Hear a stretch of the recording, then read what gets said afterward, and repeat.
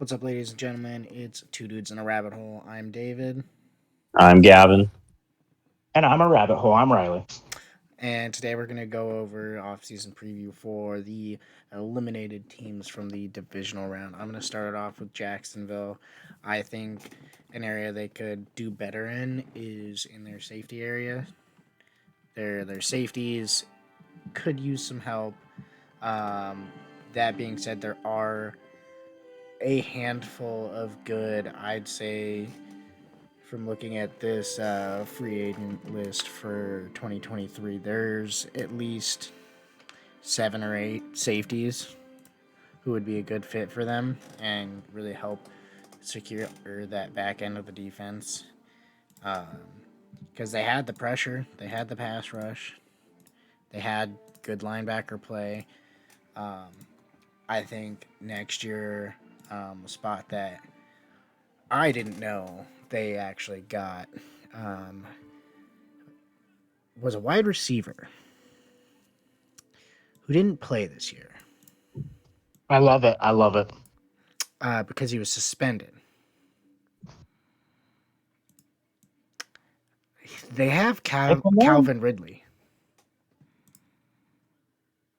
Really interesting deal, too, because it basically plays off of if he makes it through training camp, if he starts the season with them, if he plays X amount of games, if he makes a Pro Bowl. Like, it's such a weird draft pick thing, but it makes complete sense.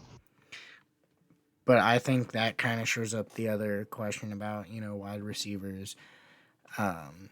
Yes, Christian Kirk, wonderful. Zay Jones, he's a good number 3. Great number 3, I would say. Yeah. And then you have fucking their Marvin Jones. Evan Ingram at tight end. And you get Calvin Ridley in there at the number 2 spot. And Calvin Ridley is one of those players that, he can line up on the other side of ETN and, run out of the backfield, do jet sweeps. So I think they have a promising future. I think they should just secure up that back into their defense more. Unfortunately, if I have the correct salary cap thing, they're projected to be in the negative about $14 million. Yeah, they spent really big last offseason. Mm-hmm. Yeah. Worth it. So that's all I have for Jacksonville. Do you guys have anything? Gavin? Well, now knowing that their cap space is negative 14, I know one of the bigger free agent wide receivers out there is DeAndre Hopkins, and a lot of people have been basically mocking him to either go to Jacksonville, Indianapolis, or the Titans. Basically, just send him to the AFC South. He belongs. But yeah, so that's kind of where I was going with that. But I mean, I think they did well in terms of spending a bunch last season and actually having those guys produced. Because I know Hopkins is not a free agent. He's openly on the trade block, is what he meant to say. yes. Okay, I was like, what? He has And- 2 years left, and one of those years is going to be without Kyler Murray, so it makes a lot of sense to move on from him now. Yeah. And with that too, I just think having the faith to go get the receivers like Christian Kirk and Zay Jones and kind of give them the expectation of we're going to give you more targets, and you basically just have to kind of prove it. Kind of the same thing with Evan Ingram, because he was from the Giants. Mm-hmm. You kind of saw flashes here and there, but he really wasn't used as well as he could have been. And at least in the back half of the season for the Jags, he was putting up numbers. And so I think with all those guys and just another year of development for Lawrence and that coaching staff, like it's just going to be all good things for the Jaguars. Yeah, that's basically all I got for it. Riley, what you got on it? Yeah, I think you both summed it up pretty well. I think they could definitely use just their draft picks to hit. And it doesn't mean it has to be this upcoming season. It could be what they just drafted. Like, they just took a guy number 1 overall. Does he go from like an interesting rotational pass rusher to like a stud? Because there are a lot of players who have big jumps from year 1 to 2 and a fair amount having big jumps from 2 to 3. So do those start to really pan out? Because you can really start to see the outline of a really strong team if they get like a really good pass rush. Because that also really helps secondary issues. Like, the 49ers have like a couple really good players in the secondary, but a couple like these guys can be had. But their pass rush is so good, you don't get to see it very often. So I think the Jaguars could help do that to shore up the secondary.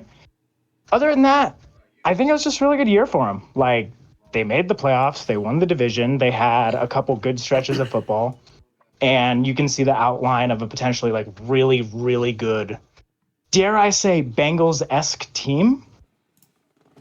Ooh. So, yeah, I think they had a really good year.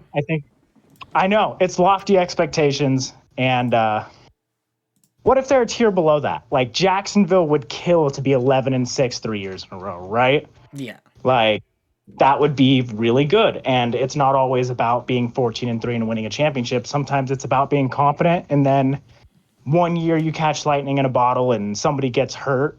Patrick Mahomes, for example. Or maybe Lawrence is just on a heater and can't be stopped. You know, if you're consistently good, it gives you a chance to win the Super Bowl, because greatness only needs a break or two to get you all the way there. So yeah, that's about what I have to say. Really good season. Shout out Doug Peterson for not just turning it around quickly. Because God, Urban Meyer was so bad. So Literally the next year. okay. All right, and we will go on to the Giants. Gavin. All right. So for the Giants, I kind of said this earlier in our previous podcast, but they just need weapons, because I think one of the hardest parts about a rebuilding team is getting the culture and getting the right coach.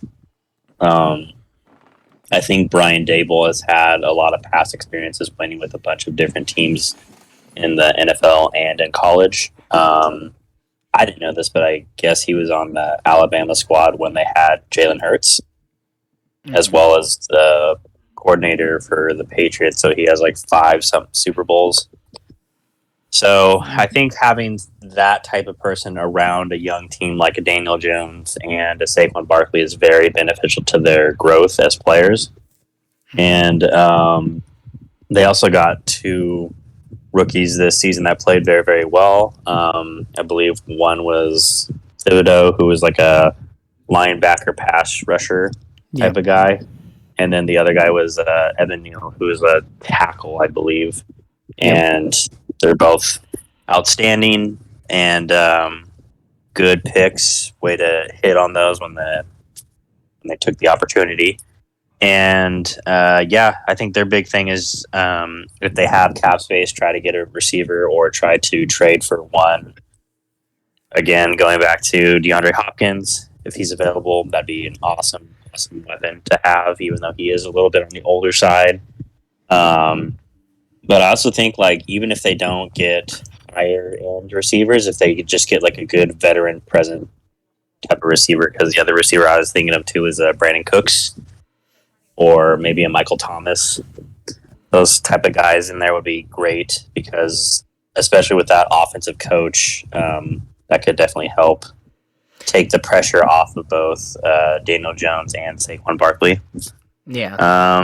Real quick, the Giants have $54 million in cap space. Okay, that's a fair amount.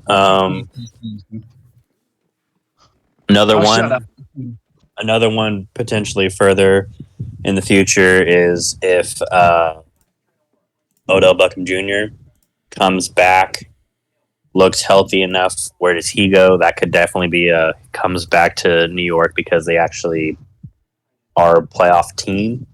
So that could be a potential thing over there as well. But other than that, like, great first year with Dable.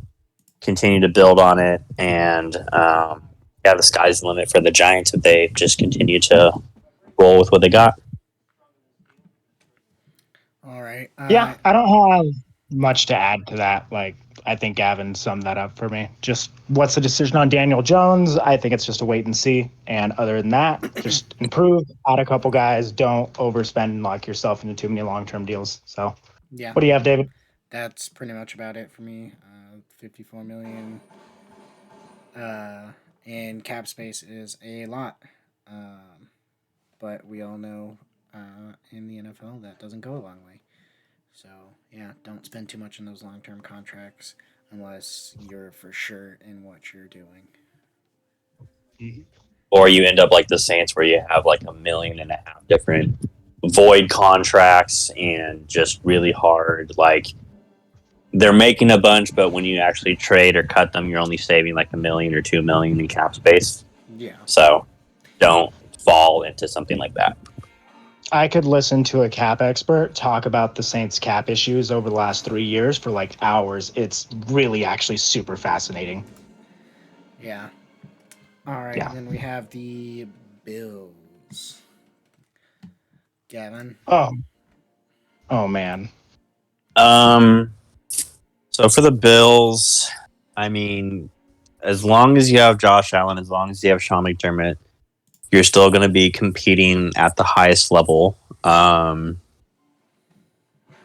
them, it's you need to have a better running back, whatever that looks like, as well as better pass rush. So I think maybe you do what the Rams did, mortgage some of your future to try to capitalize on the window that you have now for Josh Allen, because you need guys like that to be able to get to these freakish quarterbacks like a Joe Burrow or Patrick Mahomes or even like a Lamar Jackson, for examples. And I think once it comes to playoff football, too, the things that travel the best are your running backs as well as your defense. And if you can do that at the highest level, then that takes a lot of pressure off your quarterback, forces them into less mistakes, and just makes the pressure that you put on opposing defenses much higher because they have to account for not only the run but the pass as well. Because we know what Josh Allen can do as a runner, so if he doesn't have to have that as his go-to thing because the Bills don't have a runner, would be great, because then that's just less hits on him and makes the offense of the Bills more unpredictable. And I think that's kind of the best route for them.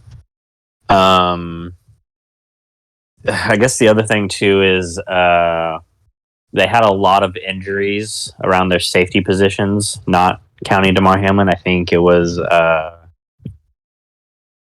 want to say it was either Poyer or their other safety. One of them I think was lost for the year. Hoyer. It was Hoyer. Mm-hmm. And those guys, I believe, are in their early 30s. So that's going to be hard because I think they've been so good for so long that trying to replace that is going to be really, really hard. But that's more of a way in the future as opposed to like a next season retooling kind of thing. So they have a lot of questions, and I think as long as they can answer it, Josh Allen will continue to be amazing, and it will just be a fact of if they can get that running back or if they can get those other pass rushers, then kind of, we have the pieces. Like, can you move forward with said pieces? So that will be what we'll look forward to seeing happen. The Bills have 8.5 mil over. So Gotcha. they're kind of screwed.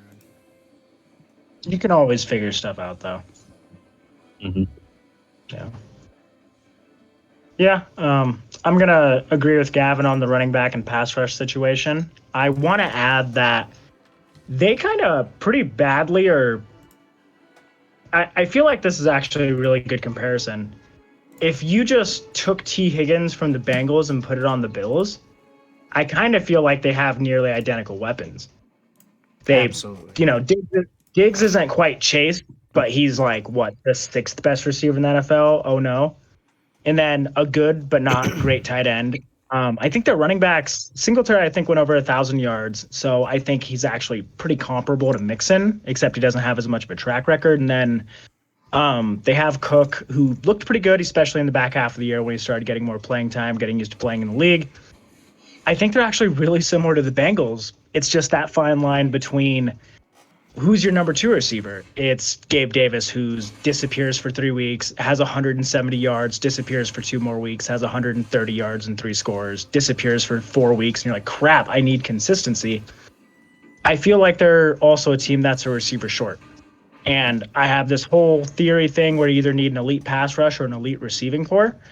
And if their pass rush doesn't maintain what it was in the first half of the season before Miller went down, they're going to need a better receiving core. And I really think they're a team that could go out and trade for Hopkins, or maybe it's just somebody in the draft. Like every year there's some sort of breakout rookie who kills it, or second or third year player who comes on really strong that you didn't expect beforehand. And the Bills could really use that at receiver. I don't have too much more else to say other than if you have one of these elite quarterbacks, just maintain being a good to really good team. You don't need to change everything. Try and improve around the margins. Try and fix any big weaknesses you have. And just know that you're probably going to have one of those runs one of those years. When Rodgers won it, they were like 10-6. It was nothing crazy. But he caught fire and the defense looked good and they could run the ball a bit, and boom, they won a Super Bowl. And I think the same thing can happen for the Bills. It's just hard. I guess Especially this conference. Okay, I'm good. One other thing I forgot to add was the difference from last year with Daboll as their offensive coordinator for the Bills versus the year afterwards without having him, and kind of seeing the differences in those teams. Because last year, the 13 seconds away from the AFC Championship, and they looked very, very dominant. Versus now, they put up 10 points against the Bengals. So okay, this is going to sound weird. You are not the first person I've heard say this. I'm actually going to push back on that. They were 13-3 this year and looked all the bit of every ass kickery. They had some weird moments, but they looked really good for the most part.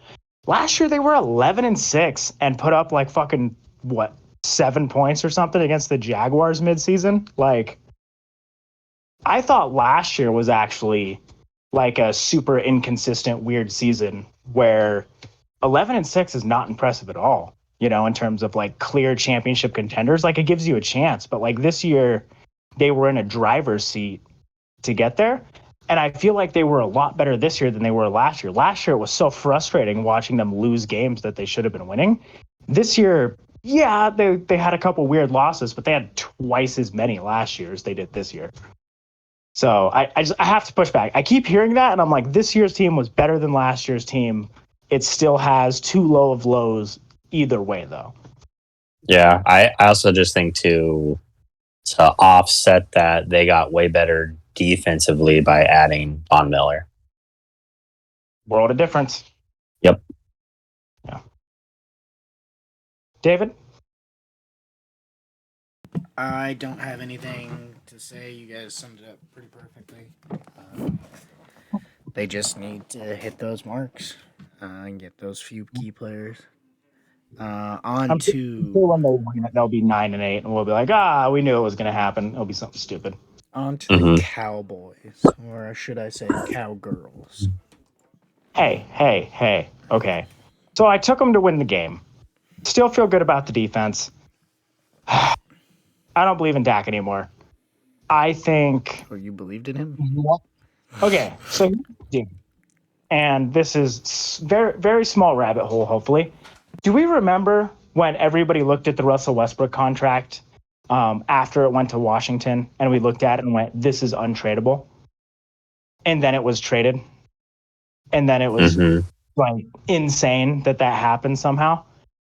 Yeah. This is eventually going to happen with one of these quarterbacks. I don't know if it's Russell Wilson, if it's Dak Prescott, if it's Aaron Rodgers. It's probably going to be two of the few. It's going to happen at some point.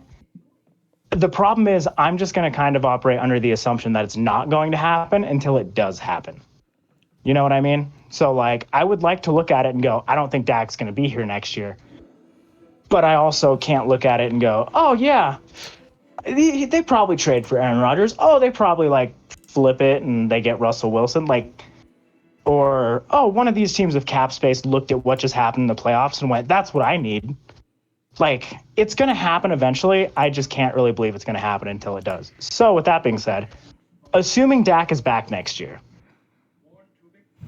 I think these guys are screwed. Feels bad saying it out loud.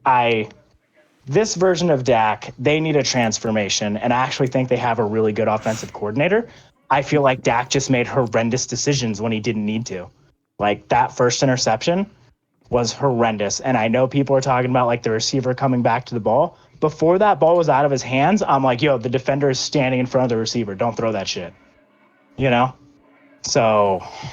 And you know the fact that Zeke got totally pancaked. Dude, that was great. People were comparing it to the last play against the 49ers last year. There's no comparison. Like, they were a 25-yard throw from winning the game last year. They were a 75-yard miracle lateral from it this year. Yeah. Like, but oh my God, seeing Zeke get destroyed was, I don't even have anything against the guy. It was funny as hell to see. The Cowboys are negative $223,000 in cap space. Holy crap, I thought you were going to say million. That scared the hell out of me. Yes, same.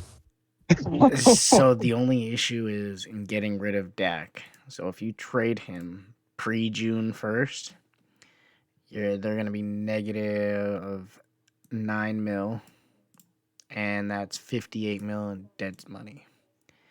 Now trade post June 1st, they only have $18 million dead money, and they save $31 million in cap space. So I don't think we'll see a trade for Dak until after June 1st. Fair. Is this a Dak Prescott for Derek Carr swap? No. It's not, because I will cut my nuts off. Well, I'm trying to think, because if that's the case, they would basically agree on it beforehand, because Derek Carr's stuff becomes agreed to like very shortly after the Super Bowl, I want to say. It becomes locked in. Mm-hmm. So if we trade Carr, it would have to be. It basically have to be a handshake under the table, wait for June 1st, and then make the trade with Dak in order for that to like work out properly. I'm assuming this is all post June 1st. So post June 1st trade, the Raiders only have $1.8 million in dead money and save $33 million. Yeah, so it's really weird. It's basically like there's a 3-year extension, I want to say, on Carr's contract. Yeah. But there's an opt-out before the extension kicks in.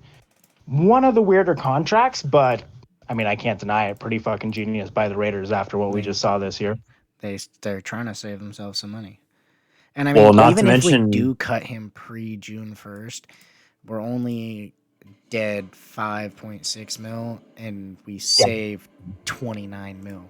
Like, I'm not upset if we really don't get anything from him, but I'm gonna be a little upset if we don't get anything for him. You know what I mean? You probably won't. Like, I would just prepare for that reality, because unless a team is willing to trade and get big money, not only are they going to have to pay him a bunch, on top of that, they're going to have to give up assets to get him. So what team is willing to give up assets and give him all that money? Yeah, I think there's a list of a few teams that fit that, but I think Indiana. If they feel good about it, you just wait and you sign him in the offseason. It's no guarantee he could go wherever the fuck else, but does Derek Carr have a no trade clause, or like does he have to agree to it first? He has to agree to it. He can waive his no trade clause. Yeah. But he does have one. Okay. Derek Carr tangent. So I'm going to assume Dak is going to be there. I'm going to assume McCarthy is going to be there. It's not like yeah, whatever happened on offense in that game sucks. But it wasn't, 38-7. Sorry, Giants. It wasn't like a shellacking where you're like, we got to get McCarthy out of here. It wasn't that. The offense just fell short. And honestly, it looked like Dak just fell short more than anything. So I think you have to continue to build up in the trenches, build up the front seven, and you need one more weapon for Dak to really give him every opportunity to prove he's that guy. Because I don't think it's impossible. I just think the odds went from, let's say, 35% to like 15% after what I saw against the 49ers. Because he didn't even have to be amazing. He just needed to not be bad, and he was bad. So yeah, that's my offseason preview for him. Keep improving. You're stuck with Dak for a while longer. If you can find something to get out of it, sure. If not, I still think there's a reality where he can be that guy. You need a really good team around him, though. So keep building it up. Yeah, What you got on it, David? that was pretty much it. Honestly, there's a lot of variables though. Does Kellen Moore take a head coaching job somewhere else? I don't think Mike McCarthy's the answer. That the clock management and the last play kind of really solidified that for me. They could have had a lot more time on the clock, but due to the mismanaging of time, I think really fucked their chances. Um, and it would have given Dak a little more confidence in the amount of time he has to work with. So What about Dan Quinn? Do you think he could get a spot somewhere? I think he will. I think he wants redemption, so I think he will go somewhere else. Wasn't he? A little chance. I think he was a final coaching candidate for the Broncos, if I'm not mistaken. Yeah, look, I'm just gonna be blatant. If we can get Peyton, I want Peyton. Fun fact: I have the richest owners in the NFL. Fuck you guys. Yeah, I because was they own looking at every it. Walmart. Yeah, so David Tepper for the 49ers, fuck me. The Panthers, it was the richest owner, and he was like one of the richest owners in the world, if not the richest. He was at like 9 billion, and like the next NFL team is like 4, and then after that it's at like 2. So we're talking he's like 4 times richer than the third place guy. Like absurd levels of rich at like 27 billion or something like that. I think I just fucked up what I said somewhere. Whatever. Point is, he's absurdly rich. And you don't think of that because it's the Panthers, but that's why they're able to just go through head coach after head coach. It's not part of the salary cap. It comes straight from the owner. It's like 90 billion for the Broncos. Like, I heard a story, and it was basically the last game of the year, like their field looked really shitty. And they went, fuck this. And they spent like $50,000 fixing the field for the last game of the year that meant nothing to the season. Because they were like, we need these high standards. We don't give a shit. Doesn't matter. Get that shit fixed. We're not looking like shit. Doesn't matter how this season went. And I'm just like, I like this. I like this a lot. I'm not going to lie. We can just throw money at anything. I'm excited. I hope we get Sean Payton. If not, I would be... I don't know. I want to say I'd be happy if Dan Quinn... I have had really bad experiences with defensive head coaches. So what's your thought though? Because on any Sean Payton deal, you'd have to, I still think, trade with the Saints. Trade to the Saints. Yeah, fucking trade the picks, man. It's fucking Sean Payton. What are you really doing? Okay, so the first round is like a 60% hit rate or something like that. So let's say you have to trade like 2 firsts into the future, right? Or like a first, a second, and like another second, something like that. You're basically giving up 1 starter or 1 Pro Bowler and 1 bust to get a Hall of Fame head coach. Fucking do it. What are you talking about? Just do that shit. I don't care. Shit, take Russell Wilson. Don't care now. No, I don't, because it's the rabbit hole of who would we have drafted and who the other team did draft, and we'll never know what it would have actually been. So I can just take solace in that. There you go. Exactly. Oh, but yeah, that would suck for the Cowboys if either Dan Quinn or Kellen Moore, or if they both leave for head coaching jobs. Yeah. Because then it's like you got to just revamp it. I see it on happening. both ends. But I don't know. Maybe for the Cowboys, maybe offensively, maybe they do need someone other than Kellen Moore. Or because, like, it's hard because it's like they're either going to lose him or they're going to have to try to do some cap mumbo jumbo to try to figure out what they want to do with Dak and Zeke. So it's not going to be fun. I'm glad I don't have that job. You just need to get off that contract. You look at Yeah. the Texans and you go, all right, Dak, you're going across the highway here, and you Yep. give the Texans a 4th and a 5th, and you get off that fucking deal. That's my thoughts. Which, what's our other option? Redemption year, because Pollard's probably going to miss it. Mm-hmm. So you then have Zeke starting, and he either looks good, and we're like, oh, look, Zeke was worth the money. He wasn't. Only No. Christian McCaffrey's. Literally. Like literally, there's 2 running backs who have been worth their second contract. Like substantial deal second contract, not like you got him for cheap second contract. And that's McCaffrey and Adrian Peterson are like the only 2 of the last 15 years. Short list. Frank Gore, guess we could throw Frank Gore on there. So Yeah. like shit, 3 guys? Shit, you could say it's 5. That's still like, that's a short list. Yep. All right. All right, ladies and gentlemen, that's going to end our segment today on the offseason preview for the eliminated teams from the divisional round. Have a good one.